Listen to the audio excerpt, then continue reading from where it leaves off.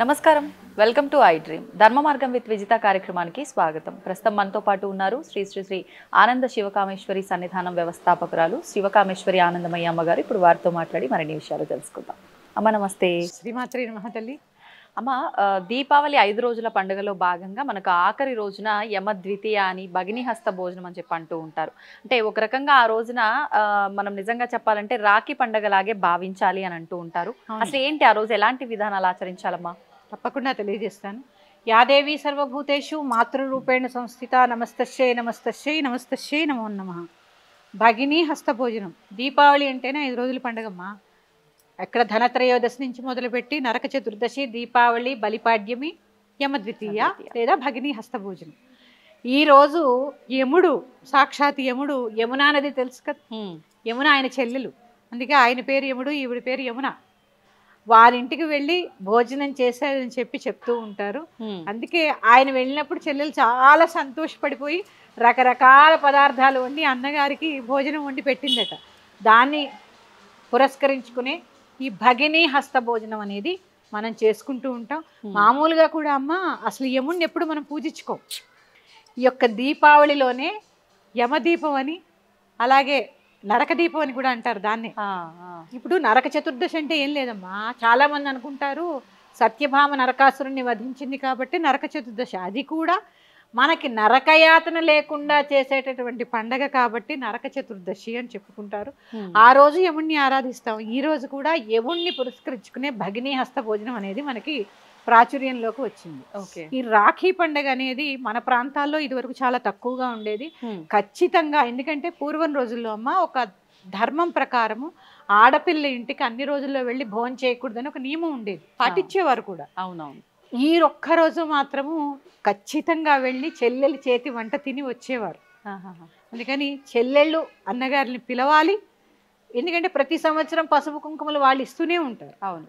ఈసారి కూడా వీళ్ళు పిలిచినప్పుడు వాళ్ళు పసుపు కుంకుమలు, చీర, మీకు ఏది ఇష్టమైతే అది ఆ చెల్లికి తీసుకువెళ్ళి చక్కగా అక్కడ భోజనం చేసి ఆవిడ యొక్క మర్యాదలు మీరు పుచ్చుకుని ఆవిడకి పసుపు కుంకుమలు ప్రసాదించి చెల్లెల్ని ఆనందపరిచి రావాలి.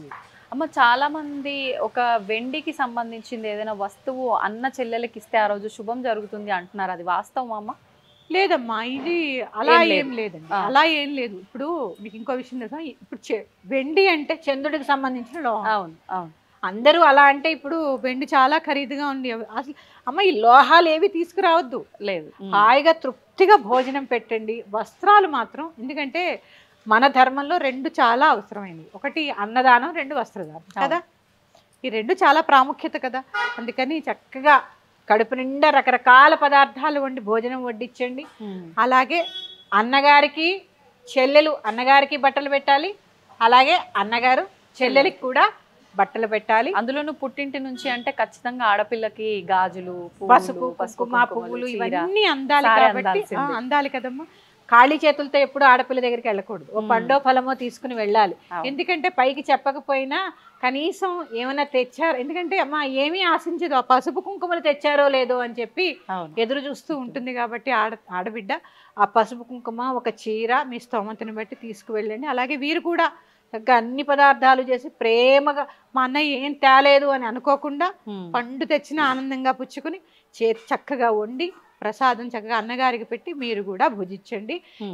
అంటే ఈ పండగలు మన ధర్మాలు ఎలా ఉంటాయంటే అమ్మ చూడండి, భగిని హస్త భోజనము అంటే అన్న చెల్లెళ్ళ యొక్క ప్రేమకు అనురాగానికి గుర్తుగా ఒక రోజు జరుపుకోవడం చాలా ధర్మాల్లో ఉండదు, మన ధర్మంలో తప్ప.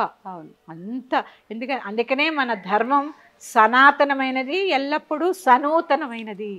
అందుకని ఇలాంటి ధర్మాలు పాటిస్తూ ఉన్న ఆడబిడ్డని మనసు తృప్తిపరిస్తే అన్నదమ్ములకి చాలా జయం. కాబట్టి అందుకే ఇక్కడ తెలంగాణ ప్రాంతంలో దీపావళికి హారతులు ఇస్తూ ఉంటారు. అవును అవును.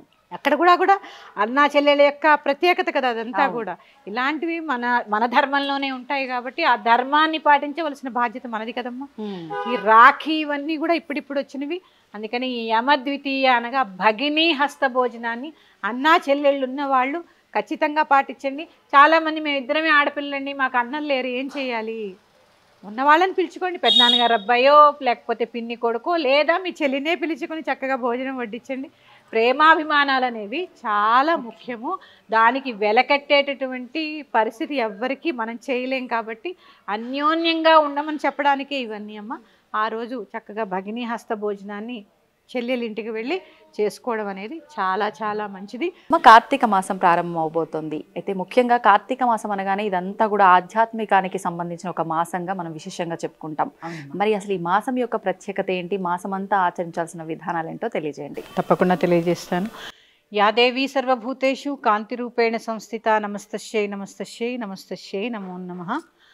ఐ డ్రీమ్ ఛానల్ వీక్షిస్తున్న ప్రేక్షకులందరికీ కూడా కార్తీక మాస శుభాకాంక్షలు. కార్తీక మాసము కార్తీకంలోనే ఉంది. కార్తీకము అంటే కృత్తికా నక్షత్రము చంద్రుడికి దగ్గరగా ఉన్నప్పుడు వచ్చేటటువంటి మాసాన్ని కార్తీక మాసము అంటారు.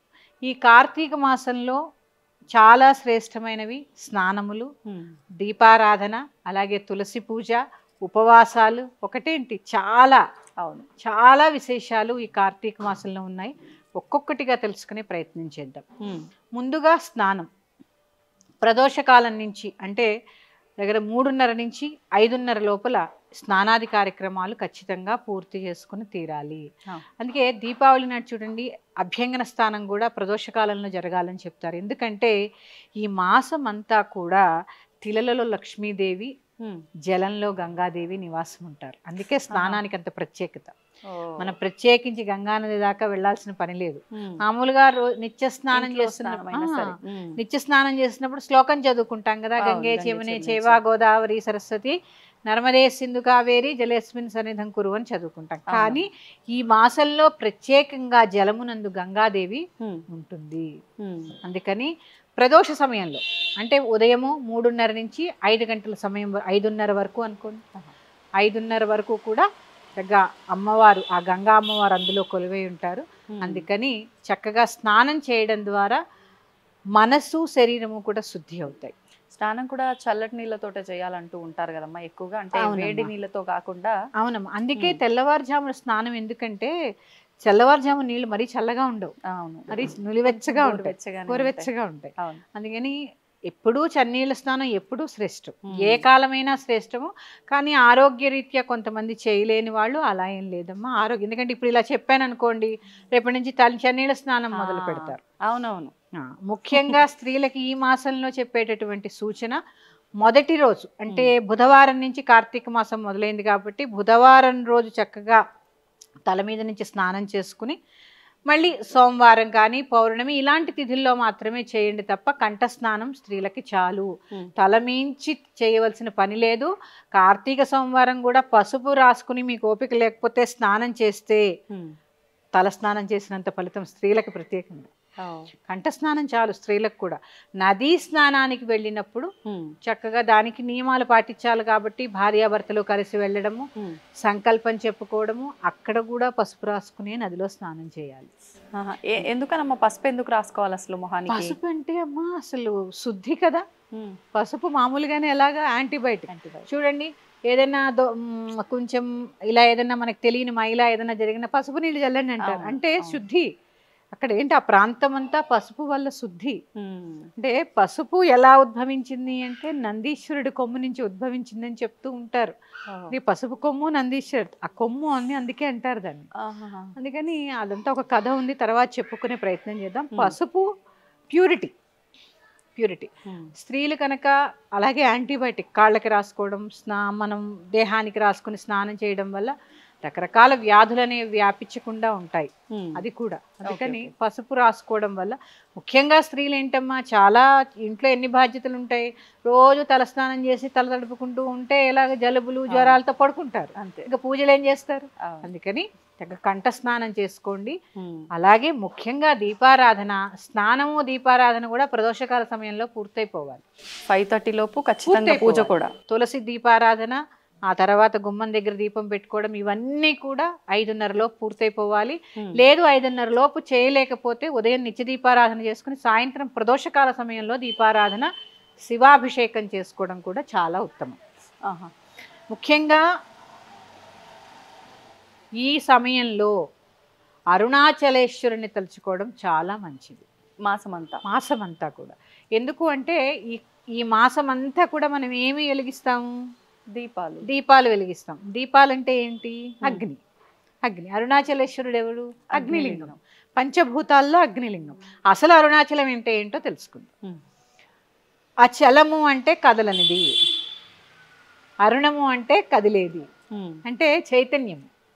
అంటే కదలనిదేమో శివుడు, కదిలేది అమ్మవారు. అందుకే అరుణాచలం అయింది అది. అంటే శివశక్తులు ఇద్దరూ కలిసి ఉన్నదాన్ని అరుణాచలం అంటారు. అంటే ఇక్కడ చూడండి అమ్మా, ఒక జ్యోతి వెలిగించామనుకోండి, ఒక దీపం, నేను ఎప్పుడూ చెప్తాను, ఆ దీపం ఒక్కచోటే ఉంటుంది, కానీ దాని యొక్క వెలుతురు చైతన్యం ఎలా వ్యాపించి ఉంటుందో, శివుడు ధ్యానముద్రలో ఒక్కచోటే ఉంటాడు, ఆయనలోని శక్తి చైతన్య స్వరూపిణిగా మొత్తం సృష్టి అంతా మూల మూలలకి వ్యాపించి ఉంటుంది. అదే అరుణాచలం. అరుణాచలం అంటే అక్కడ లేదు, ఇక్కడ కూడా ఉంది. ప్రత్యేకంగా ఈ అరుణాచలేశ్వర అష్టకం ఉంటుందమ్మా. ఈ మాసం చదువుకోవడం చాలా చాలా శ్రేష్టం, చాలా బాగుంటుంది, చాలా చిన్నది కూడా. అలాగే దీపదానం, ప్రత్యేకించి దీపదానము, ఉసిరి దీపాలు, అలాగే కొన్ని నియమాలు, ఆహార నియమాలు, అల్లం వెల్లుల్లిపై తినకపోవడము, మాంసాహారం భుజించకపోవడము, మద్యపానం మానేయడము, అట్లా కొన్ని నియమాలు ఖచ్చితంగా పాటించాలి. అలాగే ఆదివారం ఎట్టి పరిస్థితుల్లో కొబ్బరికాయ, ఉసిరికాయ కార్తీక మాసంలో తినరాదు. కొబ్బరికాయ, ఉసిరికాయ అంతే, ఈ రెండు ఆదివారం రోజు తినకూడదు. ఎందుకనమ్మా? కార్తీక మాసంలో అంటే కొన్ని నియమాలు ఉంటాయి కదమ్మా, మాసానికి చాలా విశేషమైన మాసం ఇది, ఆహార నియమాలు ఉంటాయి కాబట్టి ఆదివారం రోజు దాన్ని ఏమంటారు, ఉసిరిక అలాగే కొబ్బరి, ఈ రెండు. ఎందుకు తినకూడదు ఈ ఉసిరిక? చాలా మంది తినకూడదని చెప్తారు కానీ ఎందుకు తినకూడదో చెప్పరు. ఆదివారం రోజు అధిపతి సూర్యుడు, అవును, ఉసిరిక వృక్షము శుక్రుడికి అధిపతి. ఈ రవి శుక్రులు ఇద్దరు శత్రువులు గ్రహపరంగా చూస్తే అంటారు కాబట్టి ఆదివారం రోజు ఉసిరిక తినకూడదని చెప్తూ ఉంటారు. ప్రత్యేకించి ఈ ఆదివారం రోజు ఖచ్చితంగా కొబ్బరి, ఉసిరికాయ రెండు తినకూడదు. కానీ కార్తీక మాసంలో ఉసిరిక తినడం చాలా శ్రేష్టం, తినాలి. కానీ చాలా మంది అంటే ఉసిరి చెట్టుకు వీటికి దీపారాధన చేస్తాం, ఉసిరి దీపాలు పెడతాం కాబట్టి తినకూడదు అంటారు కదమ్మా. అమ్మ తినాలి, ఉసిరి తినాలి కార్తీక మాసంలో. ఎందుకంటే ధాత్రి వృక్షం అని పేరు ఉసిరికకి.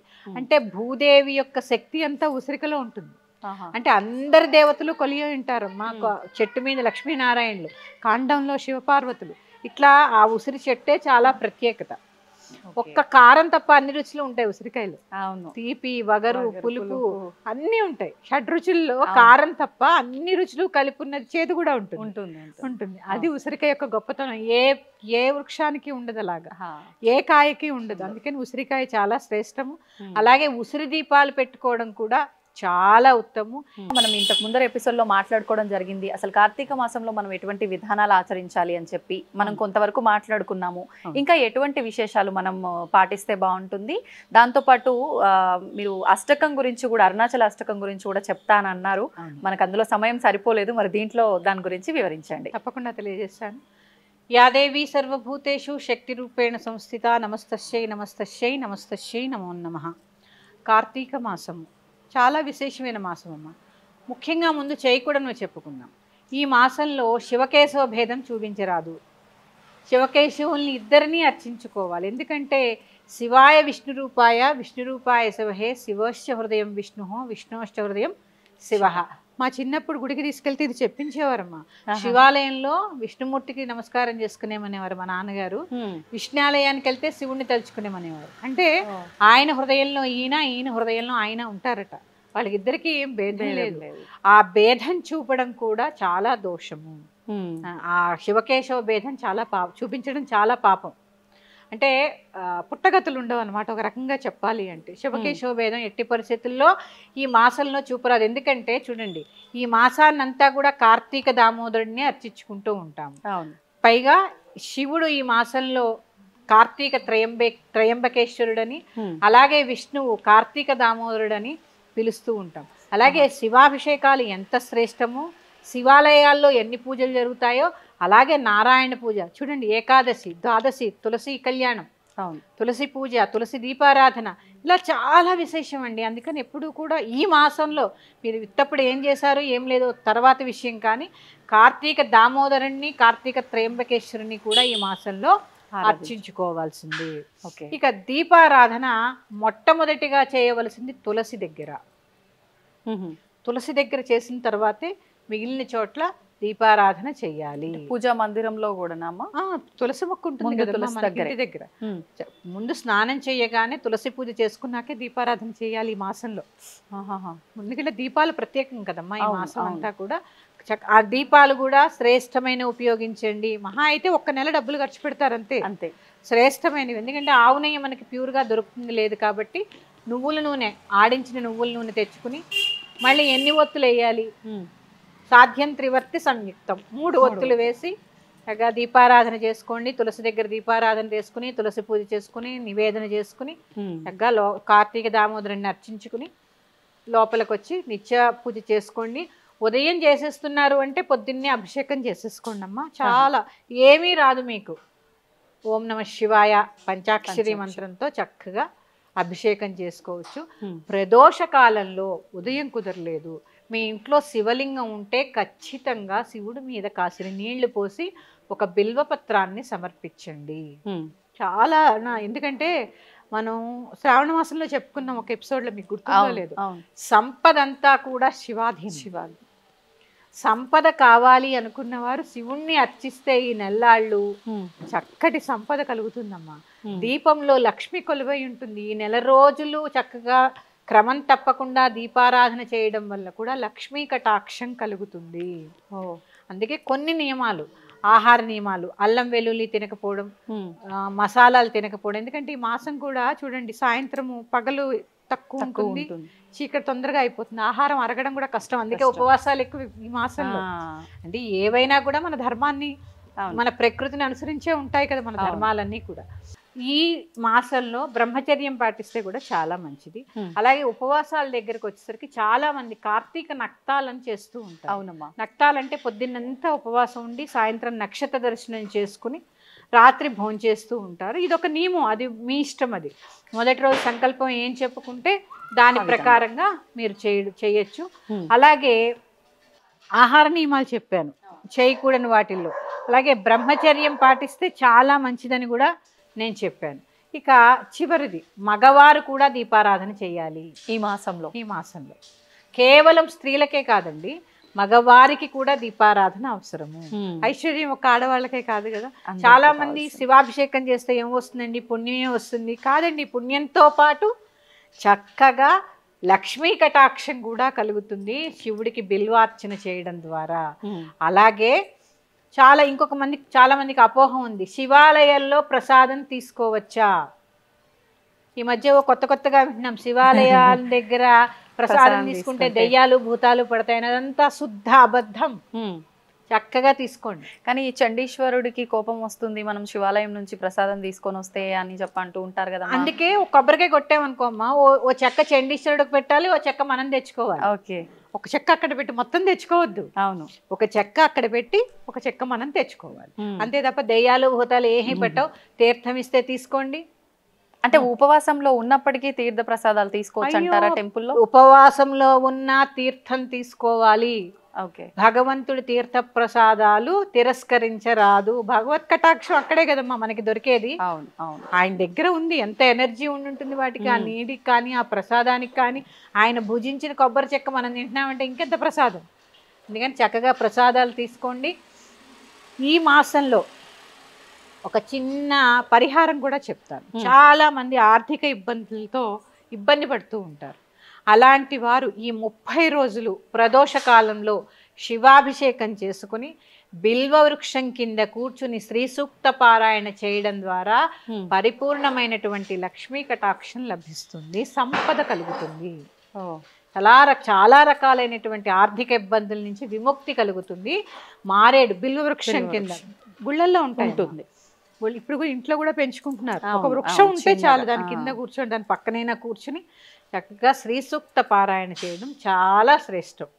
నేను ఇది ఆర్థిక ఇబ్బందులన్నింటినీ కూడా తొలగిస్తుంది. ఇప్పుడు ఈ పారాయణ చేస్తున్నప్పుడు ఒకవేళ ప్రత్యేకంగా నియమాలు ఏమైనా పాటించాలా మమ్మల్ని? కార్తీక అంటే నియమాలు చాలా మంది పాటిస్తారు కార్తీక మాసం అంతా కూడా. ఒకవేళ అలా పాటించని వాళ్ళు ఈ పారాయణం మాత్రం చేసుకుంటాము అని అంటే ఆ ఫలితం ఉంటుందా? మరి నియమాలు పాటించాలా? చేసుకోవచ్చు.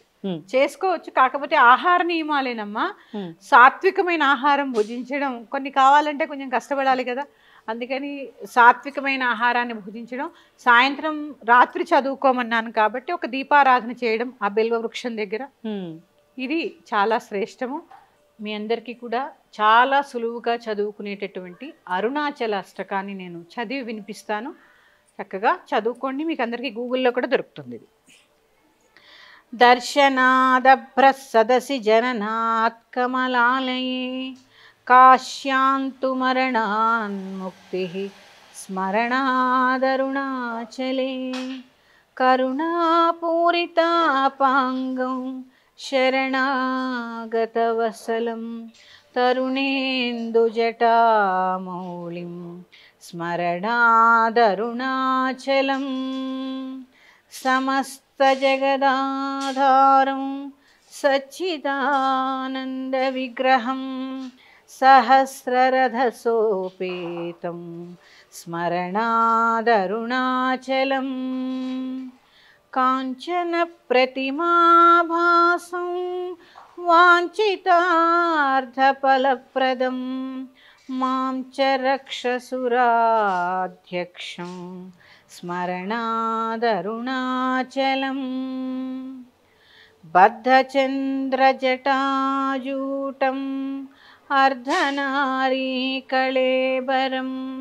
వర్ధమానదయాంబోధిం స్మరణాదరుణాచలం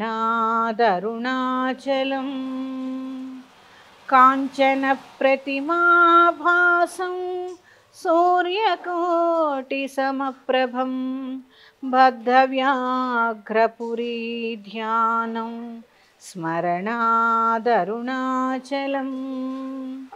శిక్షయాఖిలదేవారి భక్షితక్ష్వేలకంధరం రక్షయాఖిల భక్తానాం స్మరణాదరుణాచలం అష్టభూతిసమాయుక్తం ఇష్టకామఫలప్రదం శిష్టభక్తిసమాయుక్తాన్ స్మరణాదరుణాచలం వినాయకసురాధ్యక్షం విష్ణుబ్రహ్మేంద్రసేవితం విమలారుణపాదాబ్జం స్మరణాదరుణాచలం మందారమల్లికాజాతి కుందచంపకపంకజైః ఇంద్రాదిపూజితాన్ దేవీం స్మరణాదరుణాచలం సంపత్కరం పార్వతీశం సూర్యచంద్రాగ్నిలోచనం మందస్మితముఖాంబోజం స్మరణాదరుణాచలం అరుణాచల శివ అరుణాచల శివ అరుణాచల శివ అరుణాచల అరుణాచల శివ అరుణాచల శివ అరుణాచల శివ అరుణాచల అరుణాచల శివ అరుణాచల శివ అరుణాచల శివ అరుణాచల అరుణాచల శివ అరుణాచల శివ అరుణాచల శివ అరుణాచల. ఓం నమః పార్వతీపతే హర హర మహాదేవ్. ఇది అరుణాచల సంస్కృతం, చాలా బాగుంటుంది, చాలా చిన్నదైనా కూడా చాలా మంచి ఫలితాన్ని మనకి ఇచ్చేటటువంటిది. అసలు ఈ మాసంలోనే అరుణాచల అనేది స్ఫురణకి రావడమే పూర్వజన్మ సుకృతం. చాలామంది దీపారాధన, అక్కడ దామోదర పూజ, లేకపోతే శివాభిషేకము, ఇవే. అరుణం అంటే, అరుణలింగం అంటే అగ్నిలింగం. ఈ మాసం అంతా కూడా కృత్తికా నక్షత్రం అగ్ని నక్షత్రం అందుకని చక్కటి ఆరోగ్యాన్ని కూడా ప్రసాదిస్తుందమ్మా ఈ అష్టకం. అలాగే సరిపోతుందమ్మా? విన్నా సరిపోతుంది. ఇప్పుడు నేను పాడింది చక్కగా ఎంత ప్రశాంతంగా అనిపించిందో తెలుసా మీరు చదువుతున్నంతసేపు. చాలా బాగుంటుందమ్మా. మంచి అన్యోన్యమైన దాంపత్యం కలుగుతుంది ఈ స్తోత్రం. అంటే ఒక్కొక్క స్తోత్రం ఒక్కొక్క మహిమాన్వితమైనటువంటిది. అందులో ఈ అరుణాచల అష్టకం అమ్మ, అసలు అరుణాచలేశ్వరుడే చూడండి, మనకి ఆహారం అరగాలంటే లోపల ఏముండాలి? అగ్ని ఉండాలి. అన్నిటినీ ప్రసాదిస్తాడనమాట. మనకి ఆహారం కావాలంటే సూర్యుడి ద్వారా అగ్ని రావాలి. అందుకని ఈ అరుణాచల అష్టకం ద్వారా సకల శుభాలు కలుగుతాయి. చదువుకోలేని వారు చక్కగా ఇప్పుడు నేను చదివింది వినండి కూడా, వినండి కూడా. అది కూడా ఎలా వినాలి? త్రికరణ శుద్ధిగా వినండి. మాట ఎక్కడో మనసు ఎక్కడో పెట్టకుండా చక్కగా ఏవో ఇయర్ ఫోన్స్ పెట్టుకుని చక్కగా వినే ప్రయత్నం చేయండి. అలాగే బిల్వ వృక్షం కింద శ్రీ సూక్త పారాయణ కూడా చాలా శ్రేష్టమైనటువంటి ఫలితాన్ని కలగజేస్తుంది. ఇంకా మరికొన్ని ముఖ్యమైనటువంటి స్తోత్రాలు అలాగే పూజల యొక్క విశేషాంశాలతో మళ్ళీ మీ ముందుకు వస్తాను. శ్రీమాత్రే నమః. స్వస్తి.